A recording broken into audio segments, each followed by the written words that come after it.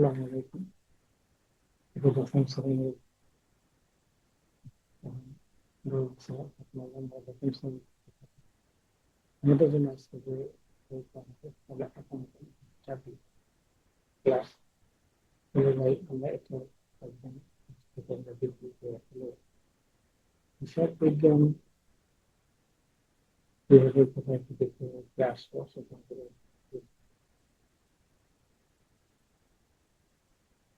সাধারণত বইটার নাম হিসাব বিজ্ঞান যাতে শিক্ষাক্রম পাঠ্যপুস্তকে বই। এখন 2026 সালে পরিণত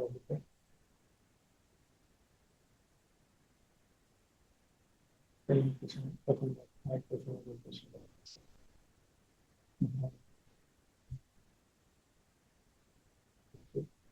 থেকে আমরা প্রথম পত্রিকায় কিছু আছে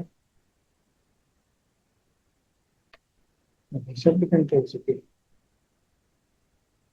এখানে হিসাব বিজ্ঞান অর্থাৎ হিসাব বিজ্ঞান অর্থাৎ যে হিসাব পদ্ধতিটা বিজ্ঞানের মাধ্যমে রাখা হয় সেটা কিন্তু হিসাব বিজ্ঞান। এখন হিসাব বিজ্ঞান এখানে কি কি শিখবো, হিসাব বিজ্ঞানের ধারণা গণনা করতে পারবো, হিসাব বিজ্ঞানের বিষয় এগুলো আমরা শিখবো।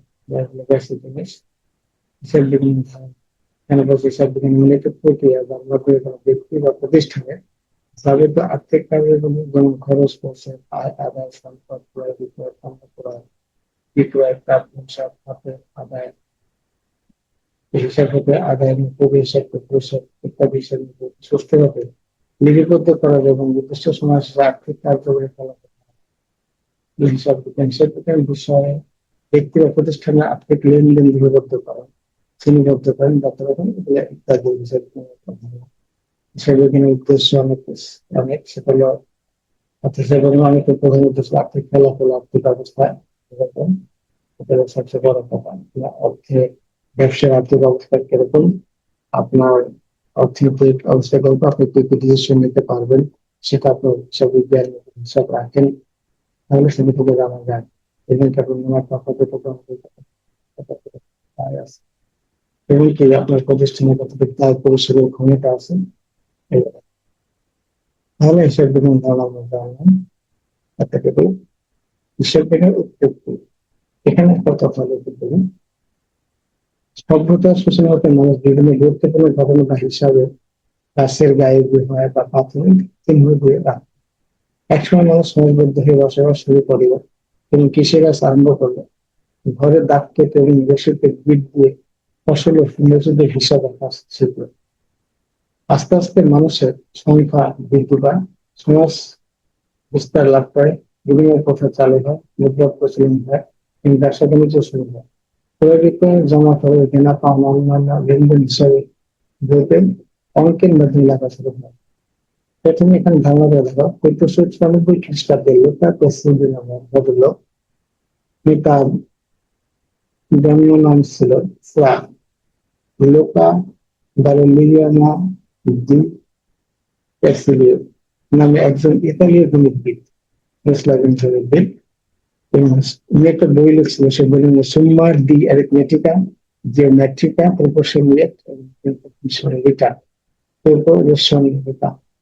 অর্থাৎ এই বইতে নামে একটি দুতরফা দাখিলা পদ্ধতি বা ডাবল এন্ট্রি সম্পর্কে সিস্টেম সম্পর্কে ব্যাখ্যা করেন। এখন ডাবল এন্ট্রি সিস্টেম ডাবল এন্ট্রিটা হলো এই যে ডাবল এন্ট্রি সিস্টেম দুতরফা দাখিলা পদ্ধতি। এখন এখানে একটা নির্দেশক ক্লাস আছে প্রত্যেকটা ক্রিয়ারই কিন্তু বিপরীত প্রতিক্রিয়া সম্পূর্ণ প্রতিক্রিয়া আছে। তাহলে সেই ধারণা থেকে আমরা বলতে প্রত্যেক জিনিস আছে রাত আছে দিন আছে ভালো আছে মন্দ আছে কিন্তু ডাবল ডাবল। তাহলে এই বিকল্প দাখিলা পদ্ধতি এই জিনিসটা সাধারণত এভাবে সাধারণত আসে। এখানে এরকম বিস্তারিত বলা আছে এখানে দুটো অধ্যায় আমরা দুটো অধ্যায় লেনদেন এটা বসে লেনদেন কি লেনদেনটা কি লেনদেন থেকে আমাদের শুরু। মানুষ প্রাচীন কাল থেকে দৈনন্দিন জীবনে হিসাব বিজ্ঞান বা হিসাব ব্যবস্থা প্রবর্তন করেছে। আদিকালে প্রত্যেকে তার প্রাত্যহিক জীবনের প্রয়োজনগুলো বিভিন্ন পণ্য বিনিময় করতেন। যে ঘটনাগুলো কোনো ব্যক্তি বা প্রতিষ্ঠানের আর্থিক অবস্থা পরিবর্তন করে কেবল ওই সব ঘটনা থেকে লেনদেনের ব্যবহার হয়। অর্থাৎ সুতরাং দেখা যাচ্ছে সকল ঘটনায় লেনদেন হবে না। ব্যবসায়ের প্রকৃত আর্থিক তথ্য পাওয়ার জন্য শুধু অর্থ সম্পর্কিত ঘটনায় লেনদেন, অর্থাৎ লেনদেন হতে গেলে এইভাবে অর্থনৈতিক এটা করে আপনার অর্থনৈতিক লেনদেন থাকতে হবে, অর্থের লেনদেন থাকতে হবে, অর্থের আদান এবং প্রদান, লেনদেন, অর্থাৎ লেনদেন লওয়া দেনে দেওয়া, এরকম দেয়া দেওয়া বুঝতে বুঝতে এখানে একটু কম লক্ষ্য করলে লেনদেন দুই ধরনের। এটা হবে অর্থের আদান প্রদান বা অর্থের মাপকাঠিতে পরিণতযোগ্য কোন ঘটনা বা ইভেন্ট বা সেবা সার্ভিস আদান প্রদানের মাধ্যমে কোনো প্রতিষ্ঠানের আর্থিক অবস্থা পরিবর্তন ঘটলে ওই সমস্ত ঘটনা বা আদান প্রদানকে লেনদেন বলা হয়। বস্তুত দ্রব্য সামগ্রী বা সেবা কর্মের বিনিময়ের ফলে কোনো ব্যক্তি প্রতিষ্ঠান বা ব্যবসায় আর্থিক অবস্থা পরিবর্তন ঘটলে লেনদেন সৃষ্টি হয়।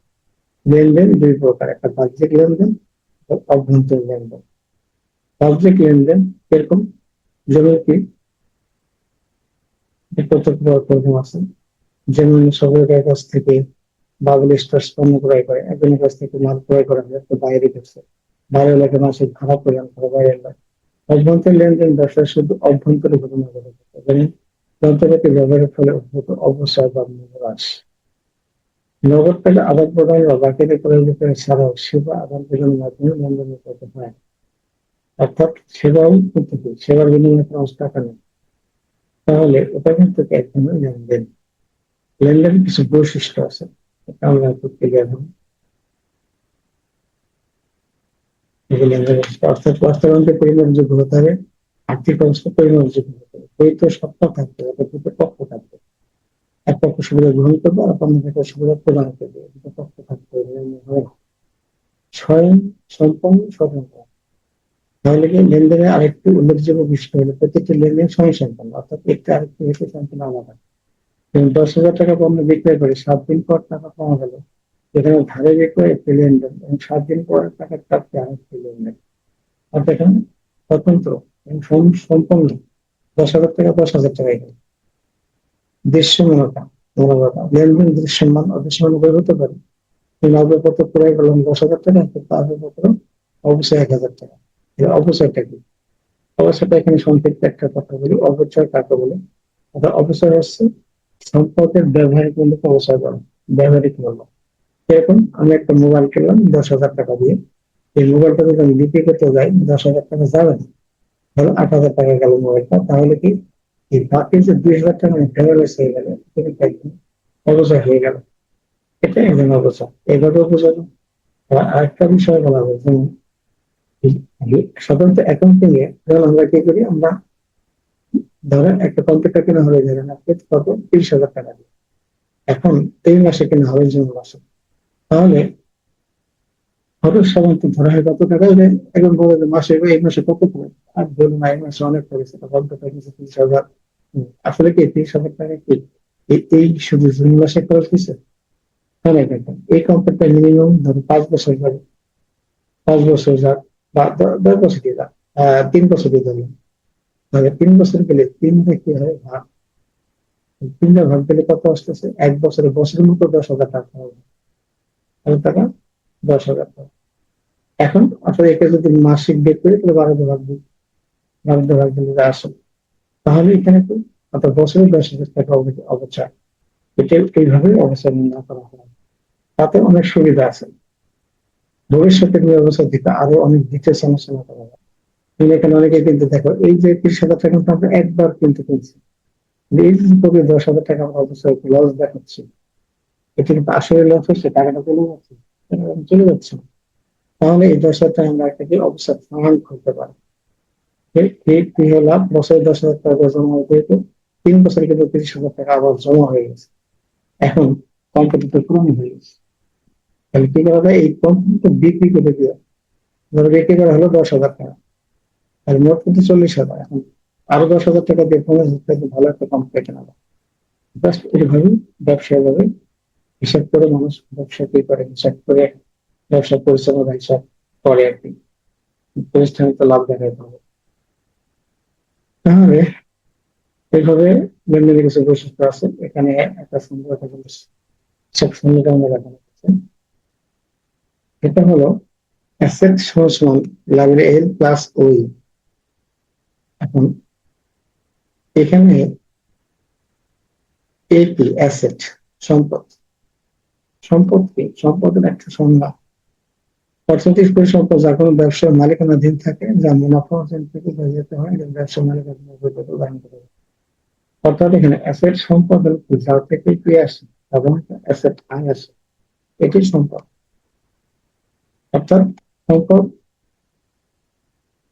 যত কি আছে যা কোনো ব্যবসার মালিকানাধীন থাকে এটা মুনাফা অর্জনের কাজে লেগে যাবে। তখন ব্যবসার মালিক আগ্রহত আগ্রহত সেখান থেকে কি আসতেছে, আগ্রহত ধরন তথা কল্পনা সম্পদ। মূলত সম্পদ কিন্তু এখান থেকে আয় আসে। এখন এটা কল্পনা কিনলাম না, তুমি দায় আসবে। লাইবিলিটি কি? দায়। এটা এই দায়ের সময় দায় দিন অন্যের কাছে দিনা হবে, অর্থাৎ মানুষ আমার কাছে টাকা পাবে, এটা লাইবিলিটি। আর অনারশিপ ইকুইটি হলো অনারশিপ ইকুইটি হলো মালিকানা সত্ত্ব। অর্থাৎ মালিকানা সত্ত্ব কি? মালিক যতটুকু অর্থ মূলধন যে টাকা তুমি স্থাপন শুরু করে এটাকে বলে ক্যাপিটাল, অথবা মালিক অনারশিপ ইকুইটি।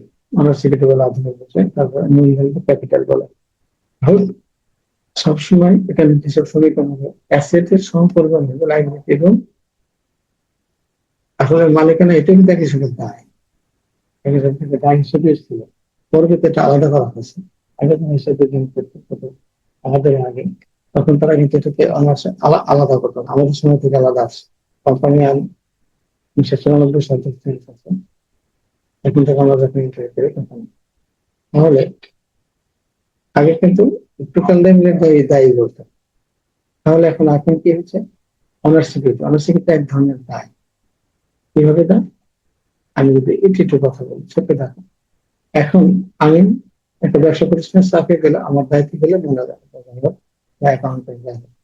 এখন সৌদিল্য দায়িত্ব দিল কি এই ব্যবসা প্রতিষ্ঠানের দায়িত্ব।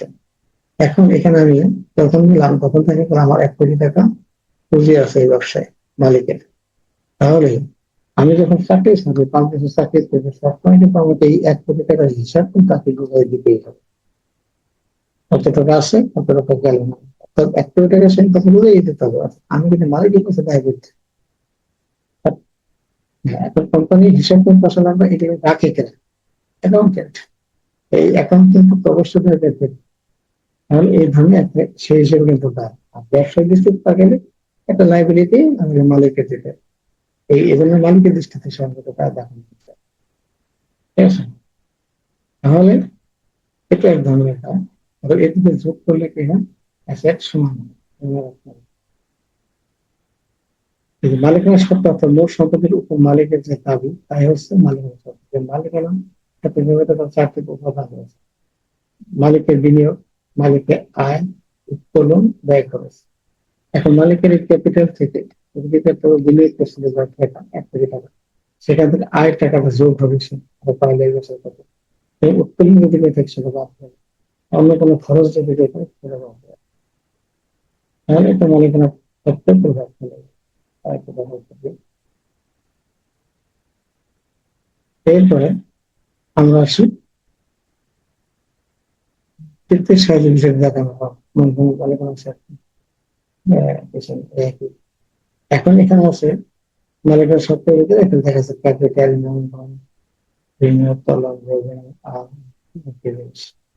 এখন এখানে একটা জিনিস বলছে, মোট সম্পদ বাড়লে মোট দায় বা মালিকানা সত্ত্ব বাড়বে। মোট সম্পদ কমলে তোমরা এই জিনিসটাতে ভালো করে দেখবে, মালিকানা সত্ত্ব কমলে মোট দায় বাড়বে, একটু দায় বাড়লে অপর একটু দায় কমবে। মালিকানা সত্ত্ব হ্রাস বৃদ্ধি করবে। এখন এইখানে সবচেয়ে মনে রাখার বিষয় কোন, এটা হলো ধরো আমি একটা কি করলাম, একটা ফার্নিচার আগ্রহতে কিনলাম। আগ্রহতে কেনার ফলে আমার কি হলো, আগ্রহটা আমার কাছে আমার কিন্তু ঘরে আসলো বা ব্যবসায় আসলো। এই আগ্রহত্ব কিন্তু থেকে আগ্রহত একটা সম্পদ। আগ্রহ রিজার্ভ কিন্তু আগ্রহটা আসলো আগে এবং কি চলে গেল, নগদ টাকা গেছে, নগদান হিসাব। এই নগদান হিসাব তাহলে সমপরিমাণে কিন্তু আপনাকে এরকম সম্পদ বাড়লে বা বৃদ্ধি পেলে ডেবিট, তাহলে এটা ডেবিট ডেবিটের সাইড আছে, এটা আমরা বলবো সম্পদ বৃদ্ধি পায়। আর সম্পদ হ্রাস পারে নগদ পরিমাণ সম্পদ। ঠিক আছে, তাহলে আমরা আগামী দিন আমরা এই জিনিসটার চারটা আমরা শিখবো ভালো করে। এই ভালো করে এই চারটা আমরা শিখবো, কারণ এই চারটা আসে পরীক্ষা। একটা আসে তো তিনটা লেনদেন আমরা সুন্দর করে সূক্ষ্ম করে এইখান থেকে আমরা শিখবো। এখানে একটা কথা বলছে যে নগদ নগদ 5,000 টাকা দিয়ে ব্যবসা শুরু করা হলো।